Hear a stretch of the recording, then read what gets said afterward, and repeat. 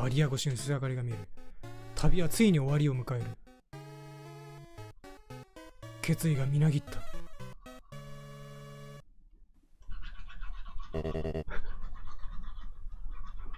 ちょっとシャカシャカ。ちょっと待って彼女が歯磨きし始めたっていうナイスタイミングすぎるおいどういうことだお前。リアルとフィクションが分からなくなってきた俺が。どうしよう。